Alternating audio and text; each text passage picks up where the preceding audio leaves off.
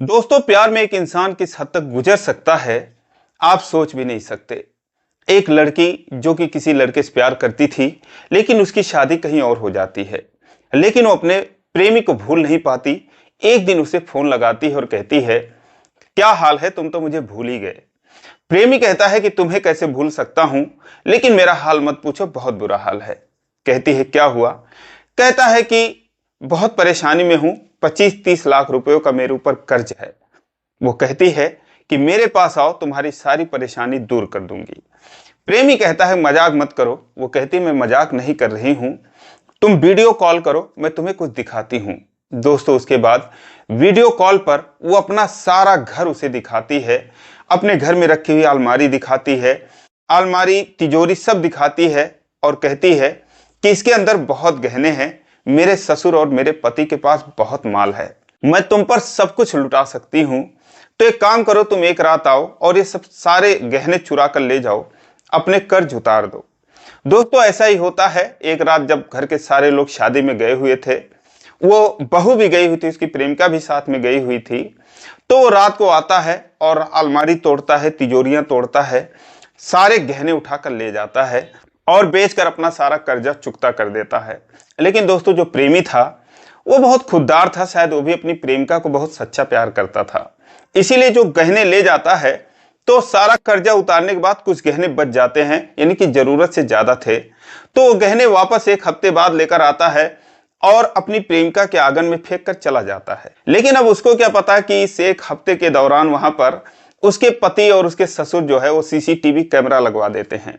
अब ज्यादा हीरोगिरी के चक्कर में दोस्तों वो पकड़ा जाता है और दोस्तों अपने साथ अपनी प्रेमिका को भी डुबा देता है। तो दोस्तों, आज की कहानी भी कुछ ऐसी ही है। एक नई नवेली दुल्हन अपने कमरे में सोई थी, लेकिन वो अपने मैके के यार को भूल नहीं पाती है। 5 साल से उसे प्यार कर रही थी और उसका पति जब उसे छोड़कर विदेश चला जाता है, तो दोस्तों हफ्ते में एक बार वो अपने प्रेमी को बुलाती थी। और ऐसा एक बार हुआ, 2 बार हुआ, तीसरी बार जब वो आता है, तो दोस्तों रात भर बिताने के बाद सुबह जब जाने लगता है, तो वो कहती है कि पता नहीं कब मुलाकात होगी, एक बार और। अब दोस्तों, इस एक बार और के चक्कर में वो प्रेमी उसके घर में फंस जाता है। और उसके बाद जो कुछ होता है दोस्तों, बहुत मजा आने वाला है इस वीडियो में। तो आइए जानते हैं पूरी कहानी वीडियो में। लेकिन वीडियो में आगे बढ़ने से पहले बस वही रिक्वेस्ट, वीडियो को लाइक कर दीजिए, चैनल को भी सब्सक्राइब कर लीजिए ताकि मेरा हौसला बढ़ता रहे। दोस्तों, ये कहानी उत्तर प्रदेश के बलिया के उभाव थाना क्षेत्र के एक छोटे से गांव की। एक नई नवेली दुल्हन अपने कमरे में सोई थी, अकेली सोई थी क्योंकि उसका पति था नहीं। वो उसे 1 महीना पहले ही छोड़कर विदेश चला जाता है। तो वो जो है 3 अक्टूबर 2024 की रात अपने एक प्रेमी को बुलाती है और वो प्रेमी उसके मायके से आकर उसी गांव के आसपास मंडराता रहता है। और जब रात के 10 बज जाते हैं तो उसे फोन करती है, जब सारे लोग सो जाते हैं, कि अब आ जाओ, कोई नहीं है। और दोस्तों, उसके बाद वो दबे पाव आता है और अपनी प्रेमिका के घर में घुस जाता है। दोस्तों, उस दुल्हन का नाम अमृता होता है और उस लड़के का नाम दीपक होता है। जब उसके कमरे में घुस जाता है, उसके बाद दोस्तों फिर उनके सांस में सांस आती है, अंदर से कुंडी लगाते हैं और जाहिर सी बात है, जिस चीज के लिए बेताब थे उसमें वो लग जाते हैं। अब सारी रात गुजारने के बाद दोस्तों, ऐसा वो पहले भी 2 बार आया था और वो सुबह 3 ही बजे या 4 ही बजे निकल जाता था।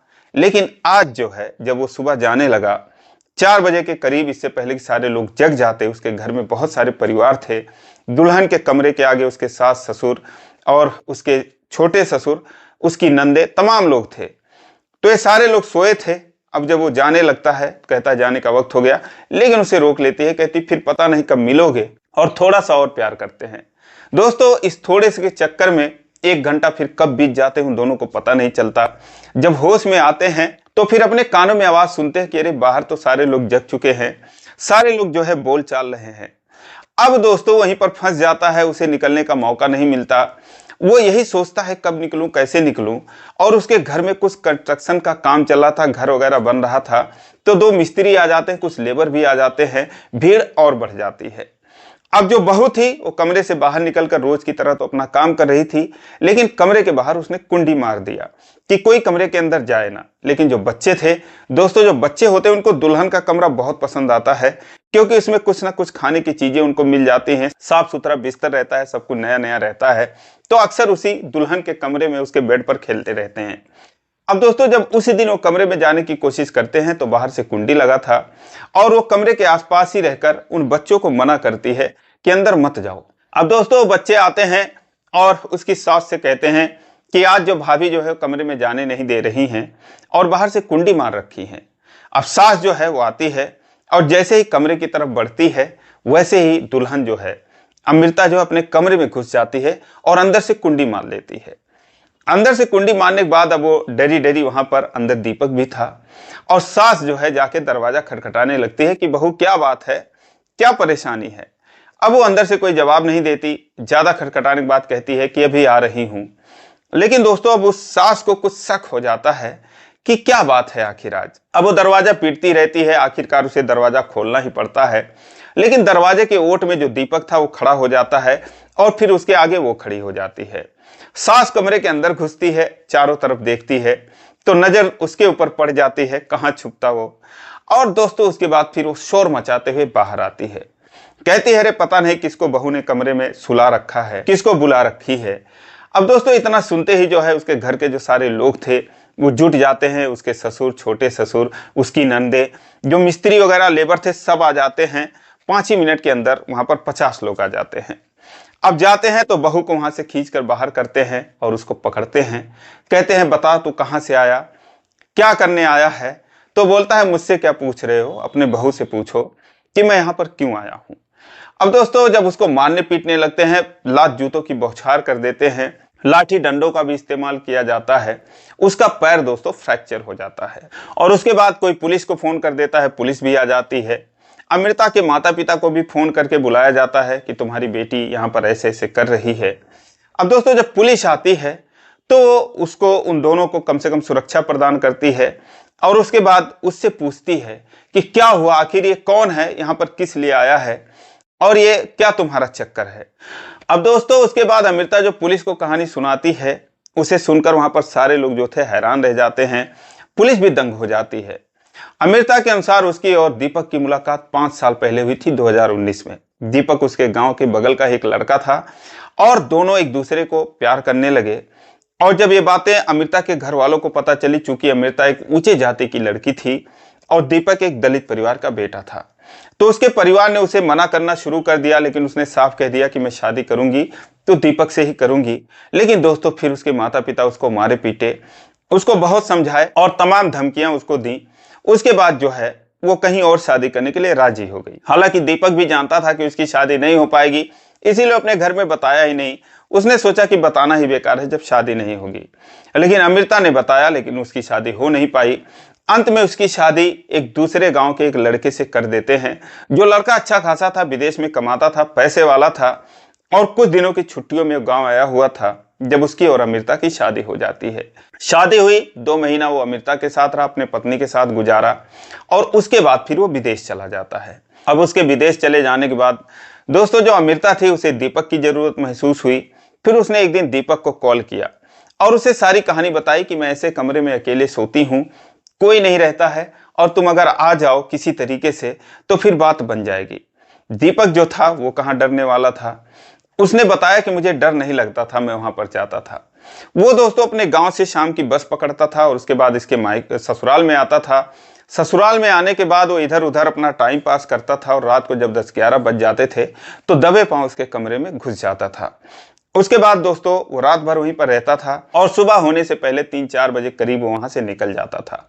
ऐसा दोस्तों एक बार आया और उसके बाद चला गया। फिर 1 हफ्ते बाद अमृता ने उसे कॉल किया कि फिर आ जाओ। वो फिर आता है और फिर चला जाता है। अब 2 बार जाने के बाद फिर 1 हफ्ते बाद वो कॉल करती है, फिर उसी तरीके से आ जाता है, कमरे के अंदर घुस जाता है। लेकिन दोस्तों अब की बार जैसा कि मैंने बताया कि रात भर गुजारने के बाद फिर जब सुबह हुई तो वो जाने लगा, तो कहने लगी कि पता नहीं अब फिर कब आओगे, कब नहीं आओगे और थोड़ा और प्यार कर लो। अब दोस्तों उसके बाद फिर वही 1-2 घंटे बीत जाते हैं, सुबह हो जाती है, सारे लोग जग जाते हैं। उसके बाद निकलने का मौका नहीं मिला और फिर जो है पकड़े जाते हैं और उसके बाद ये सारा हंगामा होता है। उसके बाद फिर पुलिस पूछती है कि चलो ठीक है, जब वो कहानी सुनती है कहती है कि ऐसा तुम्हें नहीं करना चाहिए था, लेकिन अब तुम बताओ तुम किसके साथ रहना चाहती हो। उधर उसे कमरे में लोग बंद कर रखे थे। वो कहती है कि मैं इसी के साथ रहना चाहती हूँ, इसी के साथ जाना चाहती हूँ। उन्होंने कई बार पूछा, उसने हर बार यही बताया कि मैं जो है दीपक के साथ ही रहूंगी, इसी के घर जाना चाहती हूँ। अब दोस्तों उसके बाद अमृता के माता पिता भी वहां पर पहुंचते हैं। खूब हंगामा होता है, बहुत बवाल होता है। लेकिन दोस्तों वो लोग जो है अपनी बेटी को अपने घर लेकर चले जाते हैं, या यूं कहें कि ससुराल वाले जबरदस्ती उसके साथ भेज देते हैं। और दीपक के भी माता पिता आते हैं, वो भी उसे वहां से छुड़ा कर ले जाते हैं।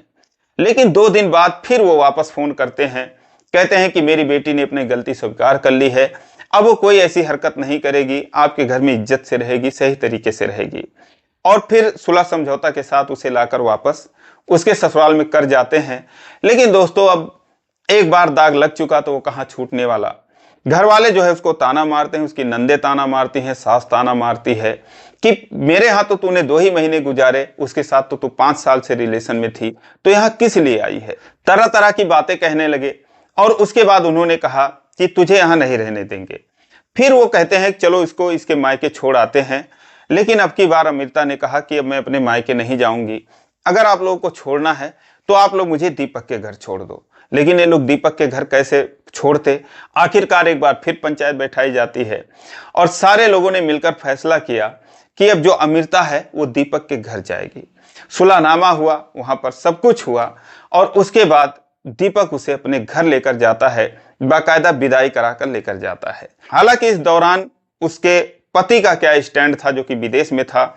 अमृता की तो उससे बात नहीं हुई, लेकिन घर वालों ने उससे बात किया होगा तो उसने यही कहा होगा कि उसको उसके घर छोड़ दो। और जब अमृता से भी पूछा गया, क्योंकि वहां पर मीडिया थी, तो मीडिया के लोगों ने पूछा कि क्या तुमने अपने पति से नहीं बताया कि तुम किसी लड़के से प्यार करती हो, तो कहती मैंने बताया था, तो उन्होंने बोला जिससे प्यार करती है उसी के पास चली जा। उन्होंने मजाक में ले लिया और मेरी बात को हंस के टाल दिया। तो इस तरीके से वो अपने पति से बताने की भी कोशिश की थी, लेकिन उसका पति समझ नहीं पाता है। लेकिन जब ये सब कुछ वाकया हो गया तो आखिरकार उसको उसके प्रेमी के घर भेज दिया जाता है। अब इन सब में दोस्तों जो अमृता थी, उसके माता पिता तो उससे बहुत नाराज हो गए, क्योंकि वो जब दोबारा भेजे थे तो यही बोले थे मेरे घर पर कभी मत आना। और इधर उसके सास ससुर थे, जाहिर सी बात है वो भी नाराज हो गए। लेकिन इसमें जो दीपक के माता पिता थे, जब उनसे मीडिया वालों ने पूछा कि अब तो तुम्हारे बेटे की वजह से इसके माँ बाप छूट गए, इसका इतना अच्छा ससुराल था वो भी छूट गया, तो दीपक के माता पिता जो जवाब देते हैं वो कहते हैं कि इसके माता पिता भी समझो यही है, माई बाप सब कुछ यहीं पर हैं, हम ही सास ससुर हैं, हम ही माता पिता हैं, यहाँ पर हमारे जीते जी इसको कोई तकलीफ नहीं होगी, जो भी हुआ अच्छा हुआ, अब ये मेरे घर की बहू है, हम इसको इज्जत से रखेंगे, हमें किसी से कोई तकलीफ नहीं है। तो दोस्तों उनकी बातें सुनने के बाद कम से कम जो अमृता थी उसके दिल को सुकून मिला।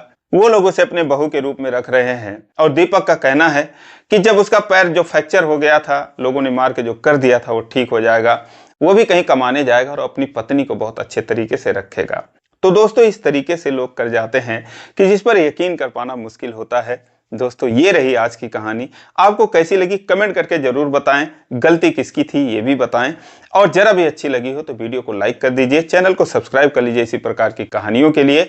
फिर मिलेंगे अगले वीडियो में, तब तक के लिए जय हिंद।